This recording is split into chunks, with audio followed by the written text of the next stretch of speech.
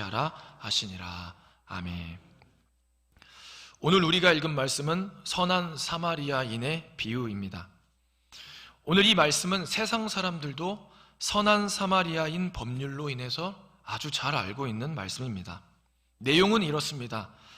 강도를 당한 뒤에 길에 쓰러진 유대인을 본 제사장과 레위인은 모두 못 본 척하고 지나가 버렸지만 유대인에게 멸시를 받던 사마리아인은 그를 지나치지 않고 구해줍니다. 이는 법적인 의무는 없으나 도덕적 차원에서 인간이 당연히 해야 할 일을 해야 한다는 의미를 담고 있습니다. 어떤 사람이 응급 환자에게 응급처치를 하다가 본의 아닌 과실로 인해 환자를 사망에 이르게 했거나 손해를 입힌 경우 민형사상의 책임을 감경 또는 면제한다는 내용이 반영되어 있습니다. 이전까지 국내에서 사고를 당해 목숨이 위태로운 사람을 구해주려다가 결과가 잘못되고 그 결과로 인해서 소송에 휘말리거나 죄를 덮어쓰는 경우가 많아 위험에 처한 사람들을 그냥 지나치거나 주저하고 외면하는 경우가 많았습니다.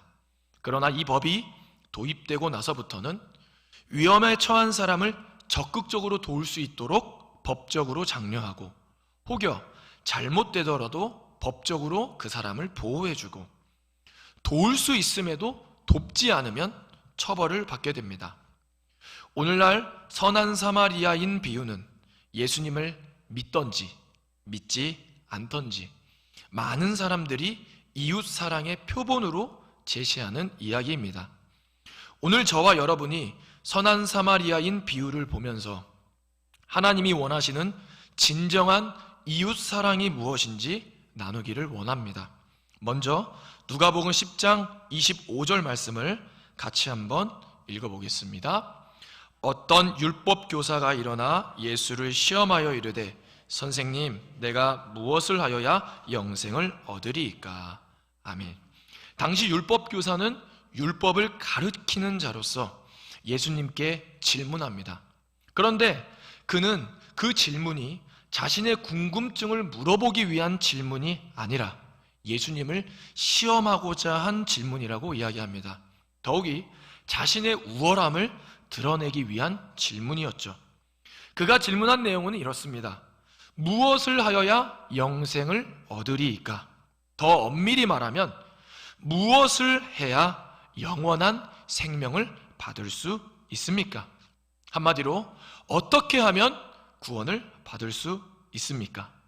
그 사람은 율법 교사였고 유대인이기 때문에 자신은 영원한 생명을 받은 사람이라고 생각했던 것 같습니다. 혈통적으로나 신분적으로나 행실이나 사회적 지위에 있어서 마땅히 구원을 받을 사람이라고 생각했던 것 같습니다.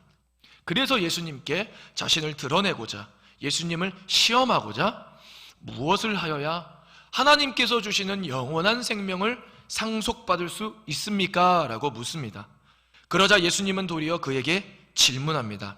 26절 말씀을 같이 한번 읽어보겠습니다. 예수께서 이르시되 율법에 무엇이라 기록되었으며 내가 어떻게 읽느냐? 아멘. 율법에 무엇이라 기록되어 있고 너는 어떻게 읽느냐? 예수님은 율법에 어떻게 기록되어 있는지와 그리고 그 율법을 가리키는 교사에게 너는 그 율법을 어떻게 해석하고 어떻게 받아들이고 있느냐라고 묻습니다. 역시 율법을 가르치는 자답게 신명기 6장 5절과 레위기 19장 18절의 말씀을 유창하고 자신감 있게 대답합니다. 27절 말씀인데요.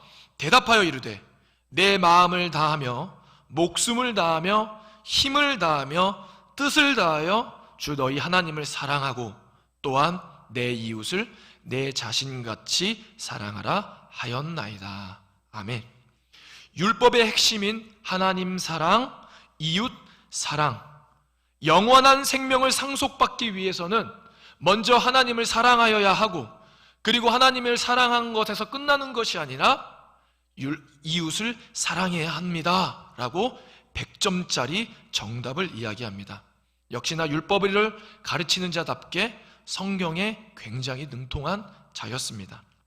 그래서 예수님은 너의 대답이 옳다, 너의 대답이 맞으니까 가서 그 일을 행하라, 그리하면 너가 살 것이다 라고 대답해 주십니다. 그런데 여기서 끝나지 않고 율법 교사는 다시 한번 자신을 드러내고자 예수님께 한 번 더 질문합니다. 그 질문이 누가복음 10장 29절 말씀입니다. 우리 같이 한번 읽어보겠습니다. 그 사람이 자기를 옳게 보이려고 예수께 여짜오되 그러면 내 이웃이 누구니까? 아멘. 율법 교사는 자신을 드러내고자 내 이웃이 누구냐고 묻습니다. 그리고 여기서 그의 문제가 드러납니다. 그는 율법 교사답게 율법의 핵심인 하나님 사랑, 이웃 사랑에 대해 알고 있었고 예수님의 질문에 정확하게 대답했습니다. 율법 교사는 당연히 율법을 연구하고 가르치고 누구보다 하나님을 섬기기 힘쓰는 사람이기에 하나님을 사랑하는 사람이라고 말할 수 있습니다.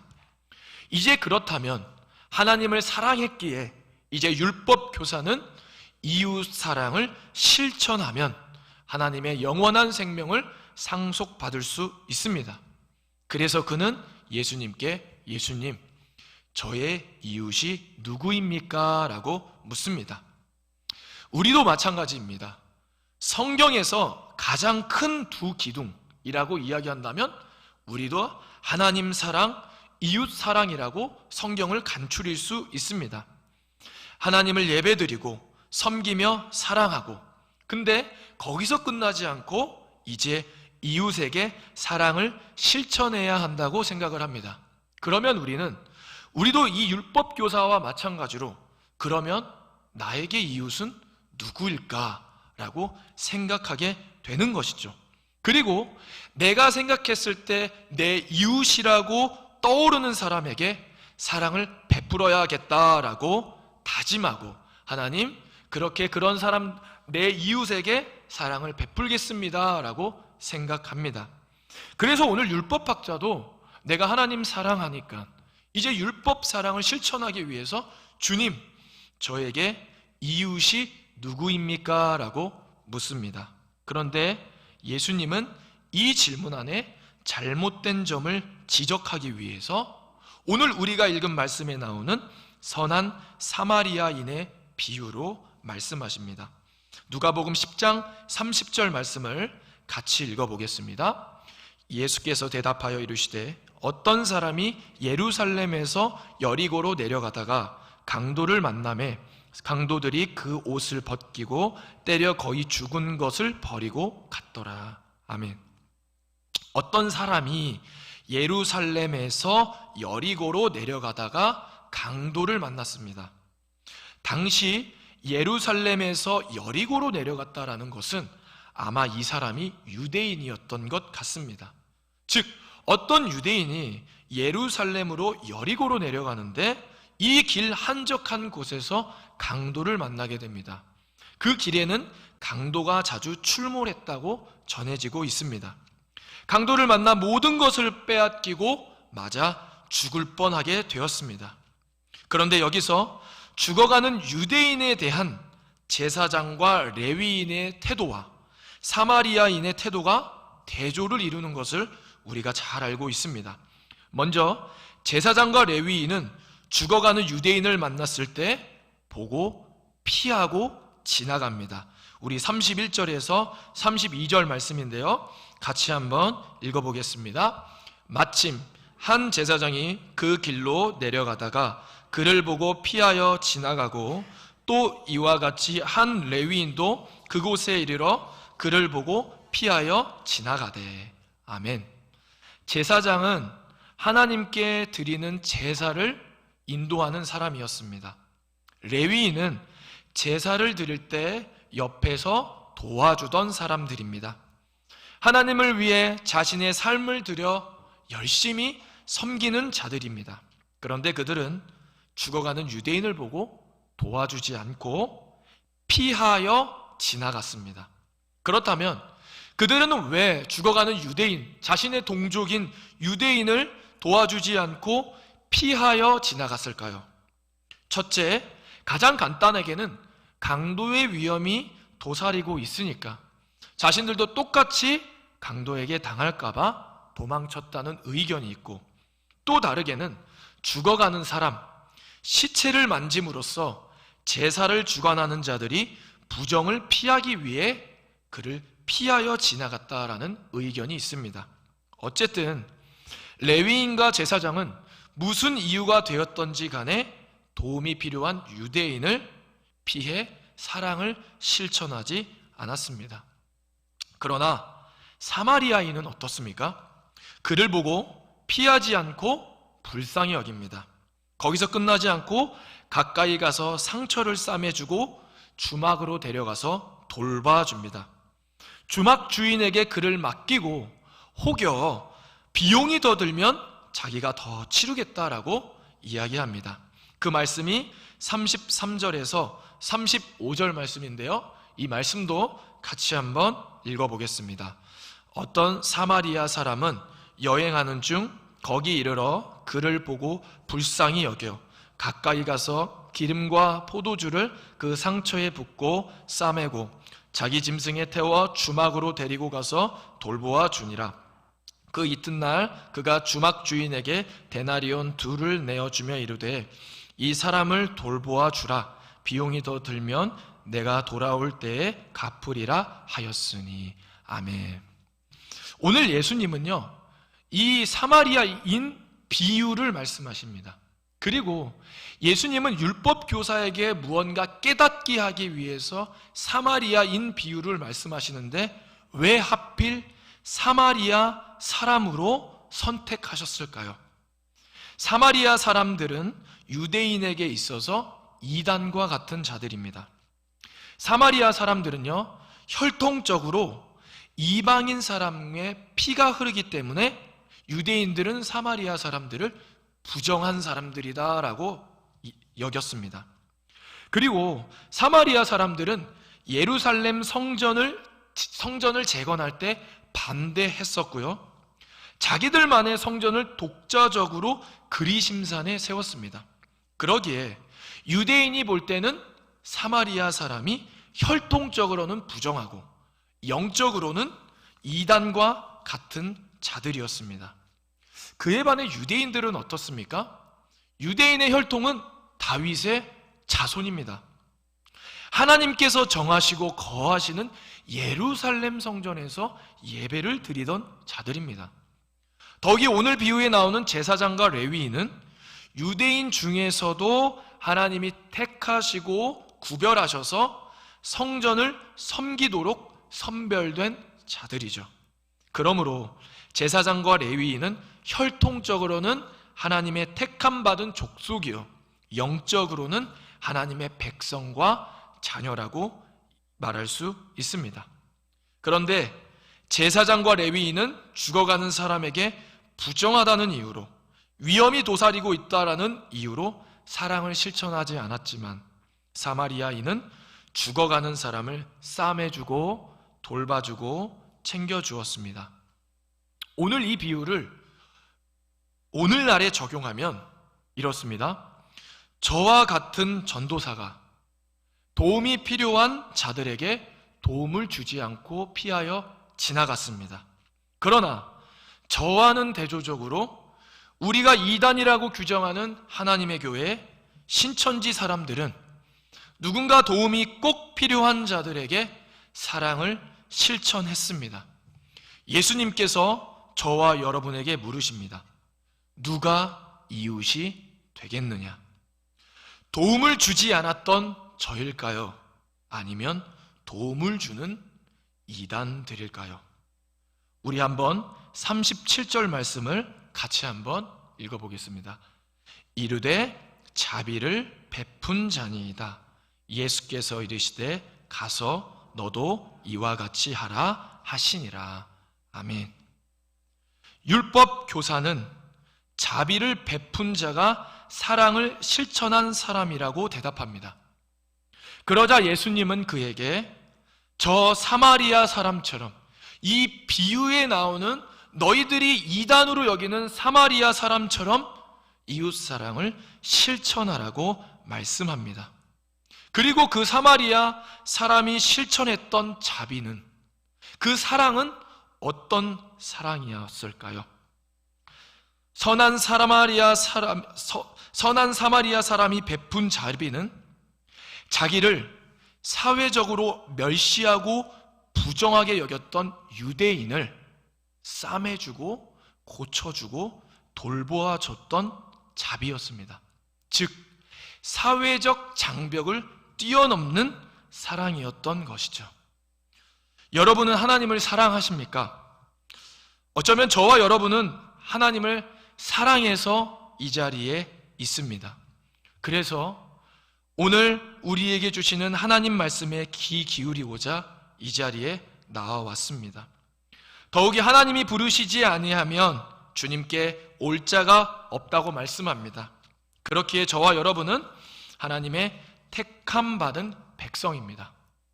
그러면 이제 우리도 이웃의 사랑을 실천해야 합니다. 여러분은 이웃 사랑을 어떻게 실천하고 계십니까? 오늘 율법 교사는 예수님께 이렇게 묻습니다. 내 이웃이 누구입니까? 그러나 예수님은 율법 교사에게 이렇게 묻습니다. 누가 이웃이 되겠느냐? 율법 교사가 한 질문과 예수님이 한 질문은 비슷한 것 같지만요, 그 안에 굉장한 큰 의미의 차이가 있습니다. 율법 교사가 한 질문, 내 이웃이 누구입니까? 그가 생각하고 인정하는 이웃이 있다라는 것입니다. 자신이 자비를 베풀 수 있는 범위가 있고 그 범위 안에 있는 사람을 이웃이라 칭하며 그를 사랑하는 것일 것입니다. 그러나 예수님이 한 질문은 이렇습니다. 누가 이웃이 되겠느냐? 즉, 하나님의 자비를 실천하면 이웃이 될 수 있다라는 것이죠. 사마리아 사람이 영적으로는 이단일지 몰라도, 혈통적으로는 부정한 사람일지 몰라도 그 사람이 하나님의 자비를 실천한다면 그 사람이 누군가의 이웃이 될 수 있다라고 이야기하는 것입니다. 그러나 그 율법 교사는 그 이웃사랑이라는 그 율법을 어떻게 해석했냐면, 내 옆에 있는 사람, 내가 이웃이라고 인정하는 사람, 그 사람들을 사랑하는 것이 이웃사랑이라고 생각했던 것입니다. 만약 이 율법 교사가 길을 가다가 율법 교사가 부정하다고, 혈통적으로는 부정하고 영적으로 이단이라고 여기는 사마리아 사람이 죽어가고 있다면 이 율법 교사는 그 사마리아 사람을 구했을까요? 이웃 사랑을 실천했을까요? 그러나 예수님은 그 이웃 사랑을 어떻게 이야기하냐면, 먼저 사랑을 베풀어서 이웃이 되어주라고 말씀합니다. 누가복음 6장 32절에서 36절은 이렇게 고백하죠. 우리 같이 한번 읽어보겠습니다. 너희가 만일 너희를 사랑하는 자만을 사랑하면 칭찬받을 것이 무엇이냐? 죄인들도 사랑하는 자는 사랑하느니라. 너희가 만일 선대하는 자만을 선대하면 칭찬받을 것이 무엇이냐? 죄인들도 이렇게 하느니라. 너희가 받기를 바라고 사람들에게 꾸어주면 칭찬받을 것이 무엇이냐? 죄인들도 그만큼 받고자 하여 죄인에게 꾸어주느니라. 오직 너희는 원수를 사랑하고 선대하며 아무것도 바라지 말고 꾸어주라. 그리하면 너희 상이 클 것이요 또 지극히 높으신 이의 아들이 되리니 그는 은혜를 모르는 자와 악한 자에게도 인자하시니라. 너희 아버지의 자비로우심 같이 너희도 자비로운 자가 되라. 아멘. 우리가 생각하는 이웃은 어쩌면 나와 긴밀한 관계를 맺고 있는 사람, 나와 생각이나 성격이 잘 맞는 사람, 그리고 그런 사람에게 사랑을 베푸는 것이 이웃 사랑이라고 생각할 수 있습니다. 그러나 오늘 하나님 말씀에 뭐라고 말씀하십니까? 그것은 죄인들, 세상 사람들도 다 할 수 있는 것이다. 그러나 하나님의 자녀, 하나님의 말씀에 나오는 이웃 사랑은 우리에게 상처를 주고 아픔을 주고 고통을 준 사람에게도 사랑을 베푸는 것이 이웃 사랑이라고 말씀합니다. 나와 생각이 맞지 않고 나와 성격이 좀 다를지라도 그를 사랑할 수 있는, 그에게 자비를 베풀 수 있는 자가 이웃 사랑을 실천한 사람이라고 이야기합니다. 우리가 어떻게 보면 사회적으로 굉장히 안 좋게 보고 부정적인 생각을 갖게 하는 사람에게 이웃이 되어주는 것이, 사랑을 먼저 베푸는 것이 하나님은 이웃 사랑이라고 말씀하고 있는 것이죠. 예수님은 어떠셨습니까? 예수님이 우리가 선하고 착해서 예수님의 이웃이 되었을까요? 아니면 우리가 악하고 죄를 지었지만 예수님이 우리의 이웃이 되어 주신 것일까요? 요한일서 4장 10절은 이렇게 고백합니다. 사랑은 여기 있으니 우리가 하나님을 사랑한 것이 아니요 하나님이 우리를 사랑하사 우리 죄를 속하기 위하여 화목제물로 그 아들을 보내셨음이라. 아멘. 우리가 죽을 수밖에 없었던 죄인이었지만 예수님께서 십자가에서 자비를 베풀어 주셔서 우리의 이웃이 되어 주신 것입니다. 우리가 선하고 착하고 의롭고 세상 사람들보다 우리가 더 뛰어나서 우리가 예수님의 이웃이 된 것이 아니라 오늘 말씀해 보니 예수님은 우리가 죄인이었지만, 우리가 죽을 수밖에 없는 존재였지만 우리에게 사랑을 베풀어 주셔서 우리의 이웃이 되어 주셨다라고 말씀하고 계십니다. 말씀을 맺겠습니다. 오늘 예수님은 율법 교사에게 성경에서 말하는 이웃 사랑에 대해서 가르쳐 주십니다. 오늘 선한 사마리아 사람은 자신과 출신적으로, 종교적으로, 사회적으로 다른 유대인이 도움이 필요할 때 자비를 베풀어서 이웃이 되어 주었습니다.